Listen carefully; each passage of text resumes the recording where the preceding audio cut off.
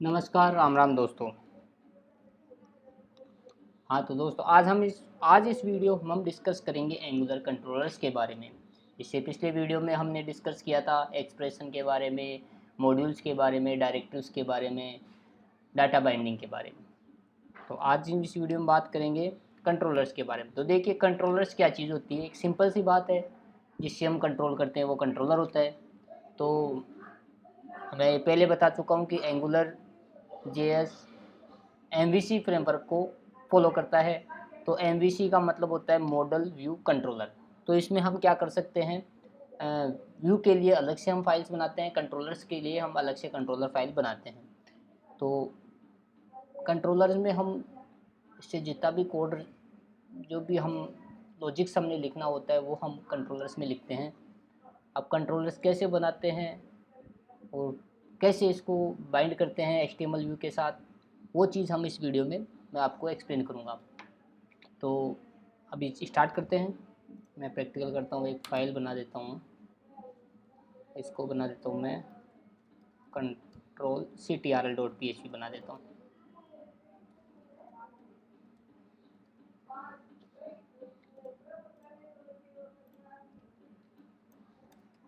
अब यहाँ पे HTML कंट्रोलर वीडियो।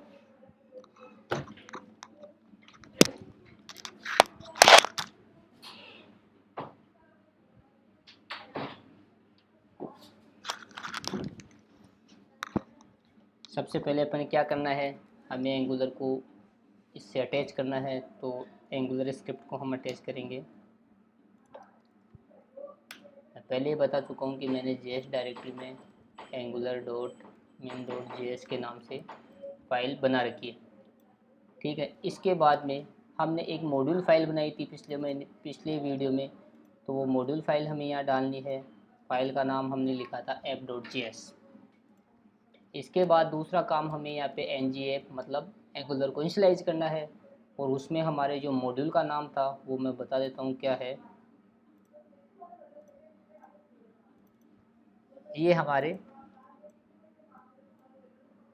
ऐप का नाम है ऐप, यहाँ पे।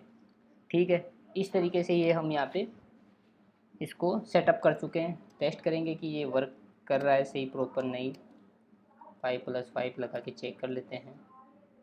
ctrl.php।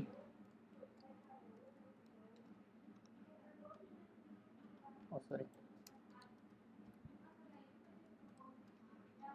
ठीक है, हमारा एंगुलर अच्छे से सेटअप हो चुका है। आउटपुट हमारे पास सही ढंग से आ रहा है। तो देखिए, अभी पिछले वीडियो में हमने एक फ़ाइल बनाई थी app.js। उसमें हमने ये मॉड्यूल सेट किया था ऐप के नाम से। एक चीज़ ध्यान रखना, ये जो ऐप और ये जो ऐप, ये कोई ज़रूरी नहीं है कि आप इनको सेम रखें। इसको मैं माई ऐप कर सकता हूँ यहाँ पे, पर ये वाला जो पार्ट है, ये वाला पार्ट ही अपने यहाँ पे कॉल होएगा। चाहे इसका नाम आप कुछ भी रख सकते हैं, जो रखोगे वही पार्ट हमें यहाँ पे कॉल करना है। और इस वेरिएबल का नाम सॉरी हम अपने हिसाब से रख सकते हैं। अभी अपन को क्या करना है, एक कंट्रोलर बनाना है। तो देखो, कंट्रोलर बनाने का तरीका क्या है। ये वेरिएबल हमने यहाँ पे डिफाइन कर दिया है। तो मैं इसी वेरिएबल को लेके डॉट कंट्रोलर लिखूँगा। इसको पार्ट को यहाँ हटा देता हूँ क्योंकि इसमें कुछ है नहीं लिखने के लिए मेरे पास। और ये रखते हैं। देखो, ये वाला वेरिएबल यहाँ लिख दिया है, फिर डॉट लगा के कंट्रोलर लिखा है, और यहाँ पे मुझे कंट्रोलर का नाम लिखना है। तो जो भी मेरा कंट्रोलर का नाम रहेगा वो मैं यहाँ रखूँगा। मैं लिख देता हूँ myctrl। ये मेरे कंट्रोलर का नाम हो गया, ये मेरा फंक्शन है। इस तरीके से हम कंट्रोलर को राइट कर सकते हैं। ये एक फिक्स्ड फॉर्मेट है कंट्रोलर को डिफाइन करने का एंगुलर जेएस में। दोबारा देखिए इस चीज़ को, मैंने एक वेरिएबल लिया था जिसमें एंगुलर मॉड्यूल को मैंने यहाँ पे सेट किया था। फिर उस वेरिएबल में जैसे ये वाला पार्ट अपना यहाँ आ चुका है, तो इस वाले पार्ट को, इस ऐप वेरिएबल को मैं यहाँ लिखता हूँ, डॉट लगा के कंट्रोलर लिखता हूँ। फिर मैं चालू करता हूँ ब्रैकेट, उसके बाद मैं क्रिएट कंट्रोलर का नाम देता हूँ, फिर फंक्शन डिफाइन कर देता हूँ। तो अभी देखिए, ये जो फंक्शन है ये कंट्रोलर। अब इसके बाद में इस कंट्रोलर को कैसे यूज़ करते हैं, क्या वो चीज़ मैं बताता हूँ। तो इस कंट्रोलर को यूज़ करने का तरीका क्या है, जो भी अपना, जैसे मान लीजिए डिव।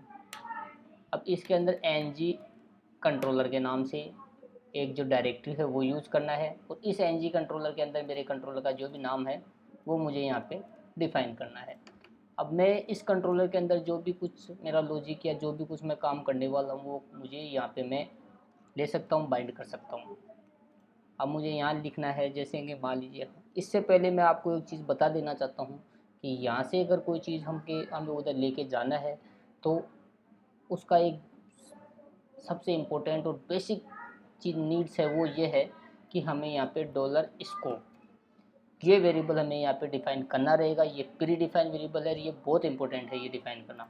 अब आप देख लीजिए, स्कोप लिख के मैं यहाँ पे मान लीजिए मैं नाम लिख देता हूँ फर्स्ट नेम, और यहाँ लिख देता हूँ कमलेश जहांगीर, ठीक है। तो अब ये जो ऐप नेम है, इस ऐप नेम को मैं यहाँ पे यूज कर सकता हूँ। आप देखिए ऐप नेम,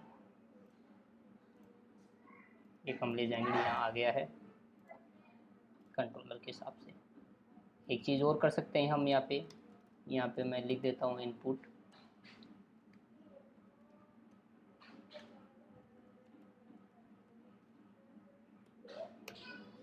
टेक्स्ट, और इस ng इसका मॉड्यूल हम दे देते हैं ऐप नेम, ठीक है। अब आप देखो यहाँ पे देखिए, क्योंकि ये जो वाला जो ng मॉड्यूल, ये वाला पार्ट और ये हमने सेम लिखा है यहाँ पे। अब यदि मैं यहाँ लेता हूँ कमलेश, यहाँ मान लीजिए मैं दे देता हूँ यहाँ पे बंटी जहांगीर, तो देखिए मैंने कंट्रोलर में यहाँ पे ऐप नेम में जो वैल्यू डाली थी वो कमलेश जहांगीर थी, और मैं यहाँ पे इस इनपुट बॉक्स में अगर मैं बंटी जहांगीर कर रहा हूँ तो ये यहाँ पे जो आउटपुट आ रहा है वो भी बंटी जहांगीर। तो ये जो बाइंडिंग बोलते हैं इसको टू वे बाइंडिंग बोलते हैं, कि आप कंट्रोलर से व्यू में चेंज कर रहे हैं, व्यू से ही कंट्रोलर में चेंज कर रहे हैं, इस चीज़ को बोलते हैं टू वे बाइंडिंग, मतलब व्यू से कंट्रोलर, कंट्रोलर से व्यू। अब ये वाला जो अपना पार्ट है ये सारा, ये अपना व्यू है, ये वाला जो पार्ट है ये अपना कंट्रोलर है, और ये जो डॉलर स्कोप है ये एंगुलर जेएस का प्री डिफाइंड वर्ड है डॉलर स्कोप। इसी के साथ हम अपने यहाँ पे डाटा इधर से उधर पास कर सकते हैं, ठीक है। अब यहाँ जैसे मान लीजिए मैं दे दिया dollar scope first value 30, dollar scope second value 40। अब एक variable dollar scope total equal, इसको मैं ऐसे कर देता हूँ, वेरिएबल टोटल इक्वल इस वाले पार्ट को प्लस इस वाले पार्ट को, और टोटल को मैं यहाँ पे डिफाइन कर देता हूँ, ठीक है। अब ये जो टोटल वेरिएबल है इसको मैं इधर पास करता हूँ, यहाँ पे मान लीजिए HR लगा के टोटल, तो ये मेरा यहाँ पे टोटल डिफाइन हो रहा है। तो समझ रहे हैं आप कि किस तरीके से मैं कंट्रोलर का ये यूज़ कर रहा हूँ और किस तरीके से। अब देखिए जो ये ऐप नेम है, इस चीज़ को अच्छे से देखिए, ये यहाँ पे मेरा कंट्रोलर चल रहा है, इस कंट्रोलर के बाहर मैं इसको ऐप नेम लिख रहा हूँ यहाँ पे, तो ये काम करना चाहिए कि नहीं करना चाहिए वो चीज़ अभी देखनी है। तो ये बाहर काम नहीं करेगा, देखिए कहीं कुछ ही नहीं दिखाई दे रहा है यहाँ पे मैं इसको HR से फिर से डिवाइड करता हूँ ताकि अच्छे समझ लें, कुछ भी नहीं आ रहा है क्योंकि हम स्कोप के साथ इस फर्स्ट नेम को यहाँ डिफाइन कर रहे हैं। अब एक एग्जांपल यहाँ देखिए, इसी कंट्रोलर में कि अपना जो ये कंट्रोलर है, इस कंट्रोलर के अंदर जो भी काम किया हुआ है वो अपने ng कंट्रोलर का जो अपन ने डिफाइन किया है उसी के अंदर हम इसको लिख सकते हैं। अब इस स्कोप वेरिएबल के साथ एक वेरिएबल आता है रूट स्कोप के नाम से, ठीक है। अब उस रूट स्कोप को कैसे काम में लेते हैं, सेम ये ऐसे मान लीजिए रूट स्कोप इसको मैं दे देता हूँ, क्या नाम है इसको, मैं फर्स्ट नेम देता हूँ क्योंकि डिफाइन नहीं है, यहाँ देता हूँ मैं xyz जो भी कुछ नाम है। अब इस फर्स्ट नेम को मैं अपने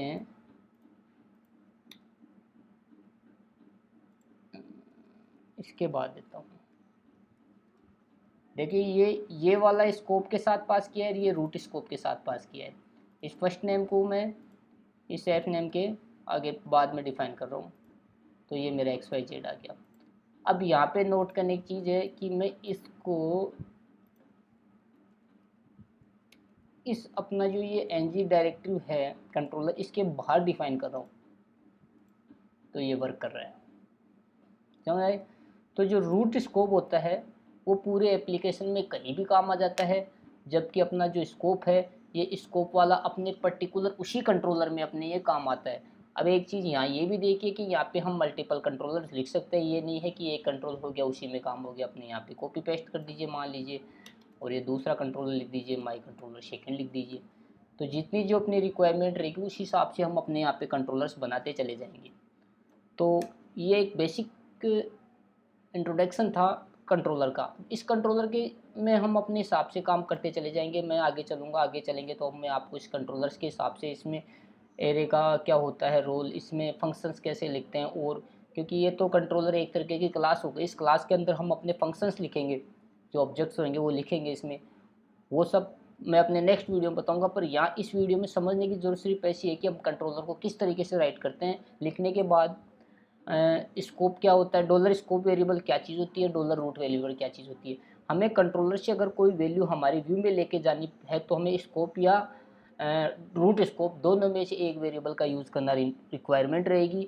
डॉलर स्कोप अगर अपन वेरिएबल यूज़ कर रहे हैं उसके साथ अपन डाटा बाइंडिंग कर रहे हैं तो ये देखना होगा डॉलर स्कोप ओनली उस पर्टिकुलर कंट्रोलर में ही वर्क करेगा, और रूट स्कोप अगर अपन यूज़ करें तो वो पर्टिकुलर ऐप में कहीं भी काम आ जाएगा। ठीक है, तो अभी के लिए दोस्तों इस वीडियो में इतना ही। नेक्स्ट वीडियो में हम बात करेंगे एंगुलर JS के आने वाले नए मॉड्यूल्स और फंक्शंस के बारे में। Thank you.